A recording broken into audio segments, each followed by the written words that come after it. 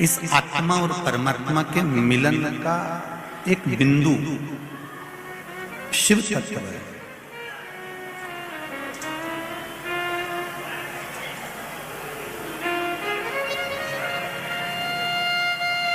मान लो मानव का शरीर मिल भी गया, मानव की देह प्राप्त हो भी गई, और मानव की देह प्राप्त हो जाने के बाद भी अगर हम परमात्मा की अविरल भक्ति को प्राप्त नहीं कर सके तो फिर हमारा ये संसार सागर में आना तो व्यर्थ रहा। जैसे किसी तीर्थ में गए और किसी तीर्थ में जाने के बाद में, किसी तीर्थ में पहुंचने के बाद में आप बद्रीनाथ चले गए, जगन्नाथ चले गए, द्वारका जी चले गए, रामेश्वरम चले गए, या उज्जैन महाकाल की पावन धरा पर चले गए, पर वहां पहुंचने के बाद यदि आप अपने रिश्तेदारों से तो मिलकर आ गए, कुटुंब वालों से मिलकर आ गए, अपने परिचितों से मिलकर आ गए, पर देवाधिदेव महादेव के दर्शन नहीं करे, या बद्री विशाल भगवान के दर्शन नहीं करे, या हम जिस तीर्थ में गए हैं उस तीर्थ में पहुंचने के बाद हमने उस भगवान का स्वरूप का स्मरण ही नहीं किया, तो फिर उस तीर्थ में जाने से फायदा क्या हुआ? उसी तरह मनुष्य की देह मिल जाए, मानव का शरीर मिल जाए, और मानव का शरीर प्राप्त करने के बाद यदि हमने इस मनुष्य शरीर से शिव भक्ति को धारण ही नहीं करा, भगवान शंकर की अविरल भक्ति को हम पहचान ही नहीं पाए, शिव तत्व को हम जान ही नहीं पाए, तो फिर इस मानव शरीर को पाने से मतलब क्या हुआ? 83,99,999 जन्म निकाले जाते हैं, तब जाकर यह 84 लाख नंबर का जन्म मनुष्य का प्राप्त होता है।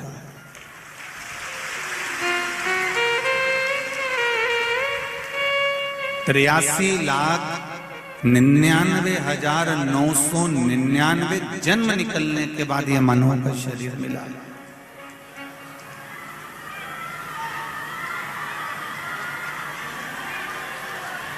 और 83,99,999 जन्म निकल जाने के बाद जब यह मानव का शरीर मिला, तो इस मानव के शरीर को प्राप्त करने के लिए जो 84 लाखवां जन्म मिला है, कोई ये जन्म साधारण नहीं,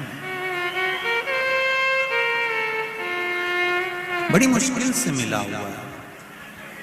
मैंने तेरे ही भरोसे, ओ बाबा तेरे ही भरोसे, हवा बिच उड़ती जावांगी, बाबा डोर हथों छड़ी ना मैं कटी जावांगी, भोले मैं तेरी पतंग, शंभू मैं तेरी पतंग। बाबा से ये निवेदन अपनी चित्त वृत्ति को धारण करने के लिए, भगवत भजन को धारण करने के लिए, भगवत स्मरण को धारण करने के लिए, शिव भक्ति को धारण करने के लिए यह मानव की देह मिली।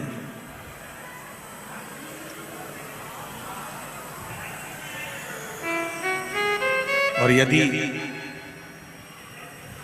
इस मानव की देह को ही हम व्यर्थ में गंवा दें तो फिर जीवन नरक है।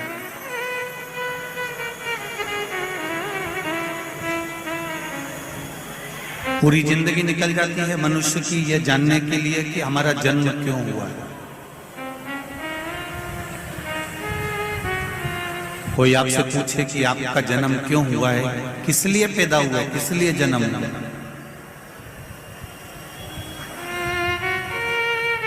आपके और हमारे जन्म का कारण क्या है?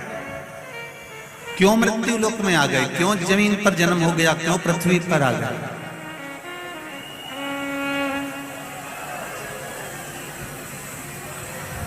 इस जन्म का कारण क्या है? तो उसका दो कारण हमने पहले भी वर्णन किया शिव महापुराण में कि मनुष्य के जन्म का दो कारण है। एक पूर्व में किए हुए कर्म का भोग भोगने के लिए और दूसरा भगवान का भजन करने के लिए यह मानव का शरीर।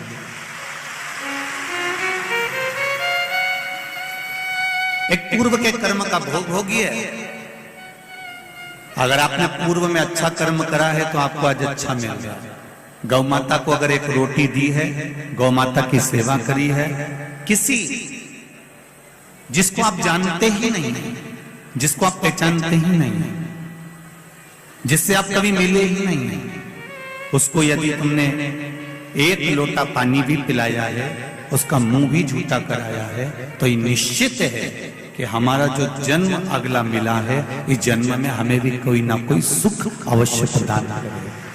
ये निश्चित है।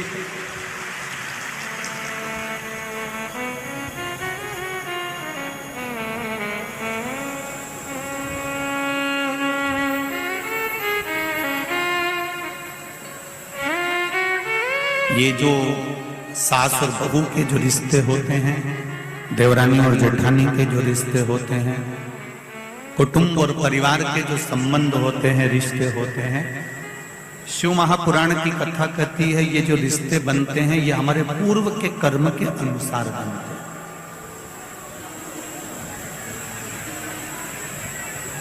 हमने किसी को साथ दिया है, हमने किसी की सेवा करी है, हमने किसी को एक पल के लिए भी अगर अच्छा करा है तो ये निश्चित है वो हमारी बहू बनकर हमारी सेवा 24 घंटे कर देती है। अगर हमने पूर्व में कर्म किया, अगर हमने अच्छे कर्म किए और अग्रण्य हुए हैं तो उसका फल हमको जरूर मिलेगा। और यदि हमने पूर्व में जो कर्म करा है, पूर्व में अगर किसी का बुरा करा है, तो निश्चित है कि आज हमें भी बुरा ही मिलेगा। इसको आवाज आ रही है, इसको बंद करवा दें। पूर्व के कर्म का हमें भोगने को मिलता है। इसलिए आपको बारंबार पहले भी कहा, मत बुरे कर्म कर बंदे वरना पछताएगा, भगवान की आंखों से तू बच नहीं पाएगा, तू बच नहीं पाएगा। अरे ओ फल भी तू ही पाएगा, जैसा किया तूने तेरे आगे आएगा। मत बुरे कर्म कर बंदे, मत बुरे कर्म कर बंदे वरना पछताएगा, भगवान की आंखों से तू बच नहीं पाएगा, तू बच नहीं पाएगा। अरे ओ अज्ञानी मत करना, अरे ओ अज्ञानी मत करना। अपने मन को, अपने चित्त को, अपने स्वभाव को, अपने हृदय को, अपने को स्वयं ही संजोना पड़ेगा। कोई दूसरा सुधारने वाला नहीं मिलेगा, ना दूसरा कोई सुधार पाएगा। एक पीने वाला जो व्यक्ति होता है ना, जो नशे में धुत होता है, उसको कोई कितना भी समझा दे मत पियो, बेकार है, क्यों पीते हो, बर्बाद हो जाओगे। पीने वाले व्यक्ति गटर में पड़े होते हैं, नाली में पड़े होते हैं, बेकार। अब कितना भी समझा लो, उसके समझ में नहीं आएगा। समझ में कब आएगी? जब वो अपने हृदय से, अपने दिल से ये विचार कर ले कि जो मैं पी रहा हूं ये मेरे जीवन को और मेरे घर को और मेरे परिवार को बर्बाद कर रहा है, तो वो छोड़ दे, फिर छोड़ दे। पर यदि तुम खूब प्रेशर दे लो कि नहीं पीना है, तुझे बंद कर दूंगा और तुझे मुक्ति केंद्र में ले जाकर नशा मुक्ति केंद्र में रख दूंगा, तुझे यहाँ रख दूंगा, तुझे वहां रख दूंगा, पर जब तक वो भीतर से दृढ़ नहीं होगा, जब तक वो भीतर से दृढ़ता धारण नहीं करेगा, तब तक वो नहीं छोड़ सकता। काम, लोभ, आसक्ति, वासना, तृष्णा, ये सब तुम्हें भीतर से तोड़ना होगा।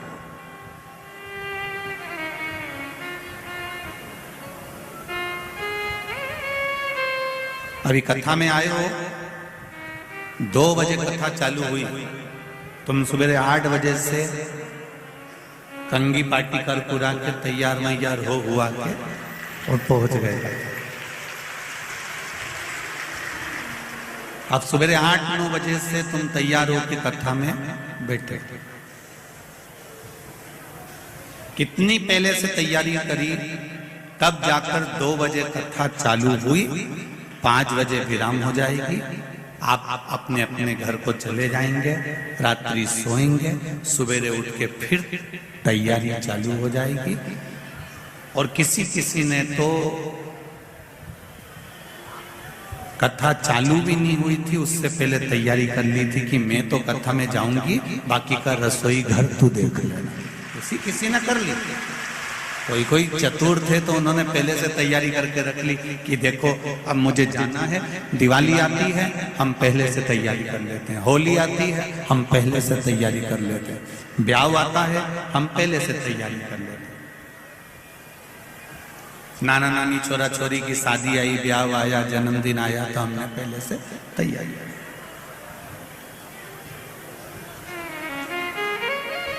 अब हमने पहले से तैयारी क्यों करी कि जब दरवाजे पर बारात आएगी, कोई काम आएगा तो एकदम टेंशन नहीं आए, कोई परेशानी नहीं आए, कोई कष्ट नहीं आए, हम एकदम तुरंत, कोई ने कहा हल्दी ला के दो, हम हल्दी ला कर दे दें, कोई के मेहंदी ला के दो, हम मेहंदी ला के दे दे, कोई के हमको ये चाहिए हम वो निकाल। ये तैयारी आपने करी। उसी तरह पशुपति व्रत कर कर शिव जी को 1 लोटा जल चढ़ाकर, शंकर भगवान को 1 बेलपत्री समर्पित कर कर, ओम नमः शिवाय पंचाक्षर मंत्र बोलकर,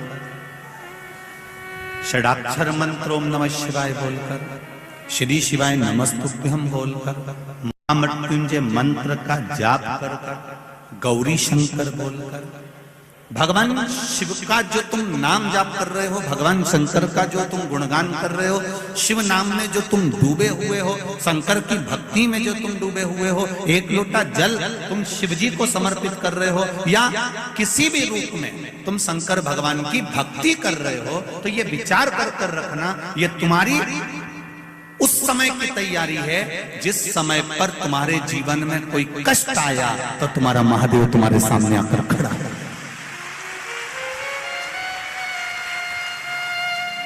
तुम्हारे जीवन में अगर थोड़ा सा भी कष्ट आया तो महादेव सामने आ गया।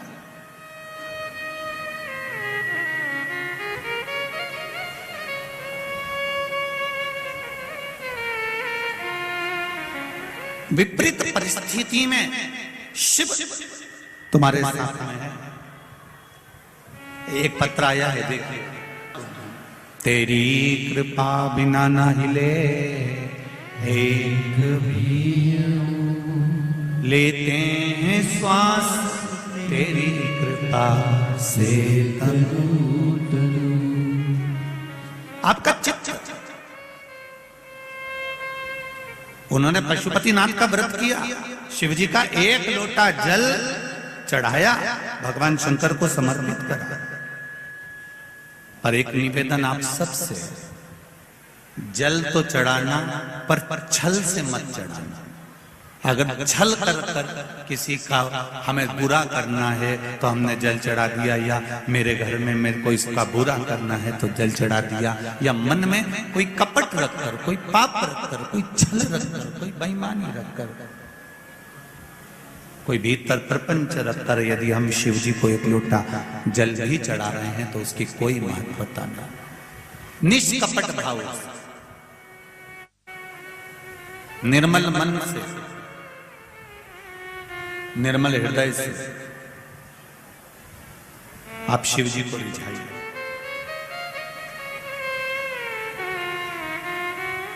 और जब निर्मल मन से आप भगवान का भजन करेंगे तो ये निश्चित है कि आपको वो कथा का रसतत्व प्राप्त होगा। आज शुक्ला परिवार विधायक श्री संजय जी शुक्ला जी की जो मित्र मंडली कथा करा रही है, इस कथा का मूल उद्देश्य है आपके जीवन में भगवान शंकर की अविरल भक्ति प्राप्त करना। ये संजय शुक्ला मित्र मंडली का एक उद्देश्य। और कितनी पवित्र भूमि पर आप लोगों का निवास है, जरा देखिए। इंदौर में इधर महाकाल बाबा बैठे हैं, इधर ओमकारेश्वर बैठे हैं, इधर छिपरा मैया, इधर नर्मदा मैया, और बीच में इंदौर वाले बैठे हैं।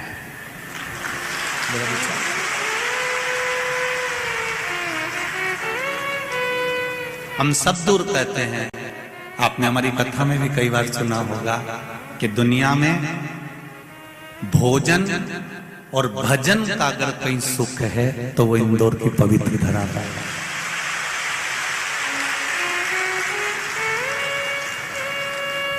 यहाँ पूरे इंदौर में कहीं का मुंगेरी लाल का हसीन सपना दिखता ही नहीं है। पूरे इंदौर के लोग जितना इनको खाने का शौक है उतना इनको खिलाने का शौक है। ये नियम है इंदौर का। और जो एक बार यहां से खाकर चले जाता है वो दूसरी बार तुम्हें बस केवल खाने के चक्कर ही में याद आता। ये इंदौर की पवित्र बात। और दूसरे नंबर पर यहां का भजन। एक एक मोहल्ले में, एक एक मंदिर में जितने जवान छोरे होन, युवान बेटे होन, कार्यकर्ता होन, जितने अग्रणी नहीं होते उतने इंदौर के जितने मंदिर हैं उस मंदिर में जितनी माताएं आती है उन्होंने अपना छोटा छोटा महिला मंडल बना के रखा है और ऐसा भजन गाती है कि अच्छा अच्छा भजन गाया को पीछे। और इन्हें किसी से मतलब नहीं। मंदिर में 15 माताएं बैठ गई, 10 बैठ गई, ढोलक और मंजीरा लेके जो बैठी वो नाच भी रही है, गा भी रही है, उसे कोई मतलब नहीं। आग लगे बस्ती में अपन रहे हो मस्ती में, उसे कोई मतलब नहीं कौन क्या कर रहा। और अभी अभी शिव पुराण सुन सुन के तो माताएं ऐसी हो गई कि शंकर जी अपना और अपन शंकर जी के, बस अपने किसी से मतलब नहीं। अगर ये शंकर जी के पास बैठी है फिर तो इसको कोई छोड़ नहीं सकता।